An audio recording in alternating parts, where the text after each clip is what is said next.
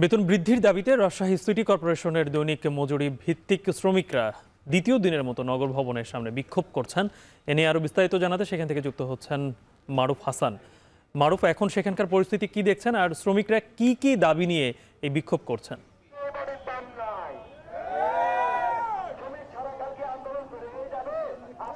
গালিব, সকাল 11টা থেকেই তারা কিন্তু তাদের যে দাবি দেওয়া সেই দাবি দেওয়া নিয়ে নগর ভবনের সামনে কিন্তু অবস্থান করছেন। দৈনিক মজুরি ভিত্তিক যেসব শ্রমিক আছেন তাদের একটি দাবি এখন পর্যন্ত তারা উত্থাপন করছে, সেটি হচ্ছে তাদের যে বেতন ভাতা দেওয়া হয় সেখানে সরকার নির্ধারিত যে বেতন ভাতা সেটি কিন্তু দেওয়া হচ্ছে না। তারা চাচ্ছেন সরকারি নির্ধারিত যে বেতন আছে সেইটি তাদেরকে যাতে দেওয়া হয়। বর্তমানে নগর ভবনে এবং যারা সিটি কর্পোরেশনের আওতায় দৈনিক মজুরি ভিত্তিতে চাকুরি করছেন তাদের বেতন ভাতা নির্ধারণ করা আছে 484 টাকা, এবং তাদের যে দাবি সেটি হচ্ছে সরকারিভাবে 750 টাকা হারে যে ভাতা দেওয়া হয় সেই ভাতাই যাতে তাদেরকে দেওয়া হয় সেটি কিন্তু তারা দাবি করছেন। পাশাপাশি এখানে বেশ কয়েকজন শ্রমিকের সঙ্গে আমরা কথা বলেছি, তারাও বলছেন যে তাদের যে বেতন ভাতা বর্তমানে দেওয়া হচ্ছে সেই বেতন ভাতা দিয়ে আসলে তাদের খেয়ে এবং সংসার চালানো খুবই কষ্টকর হয়ে যাচ্ছে। পাশাপাশি ছেলে মেয়েদের লেখাপড়াও ঠিকঠাকভাবে চালানো সম্ভব হচ্ছে না, যার কারণে তারা বাধ্য হয়ে আজকে পূর্ণ দিন কর্মবিরতি রেখে তারা কিন্তু সকাল থেকে নগর ভবনে প্রাঙ্গণে অবস্থান নিয়েছেন এবং তারা এখানে বিক্ষোভ করছেন।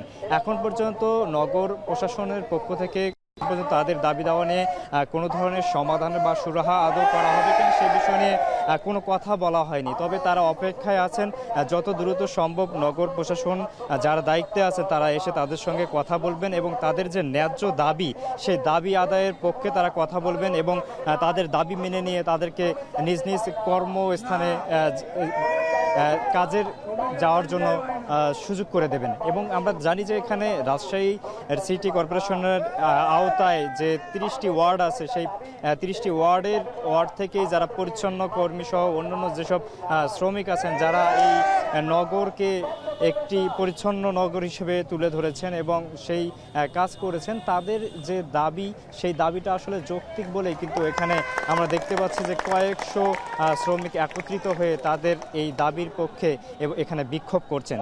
তাদের সঙ্গে আমরা আরও একটু কথা বলেছি, তারা বলছেন যে পাশে রাজশাহী বিশ্ববিদ্যালয় সেখানে যারা দৈনিক মজুরি ভিত্তিতে কাজ করেন তাদের বেতন ভাতা কিন্তু 750 টাকা হারেই কিন্তু দেওয়া হয়, কিন্তু তারা কেন এখানে বঞ্চিত হচ্ছে, তাদের সঙ্গে কেন এই বৈষম্য করা হচ্ছে এটি কিন্তু তারা বারবার বলছেন।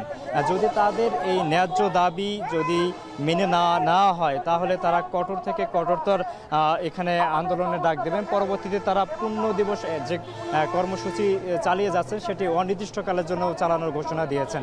গালিব, রাজশাহী সিটি কর্পোরেশনের সামনে থেকে এই ছিল আমার কাছে তাদের বিক্ষোভের সবশেষ তথ্য।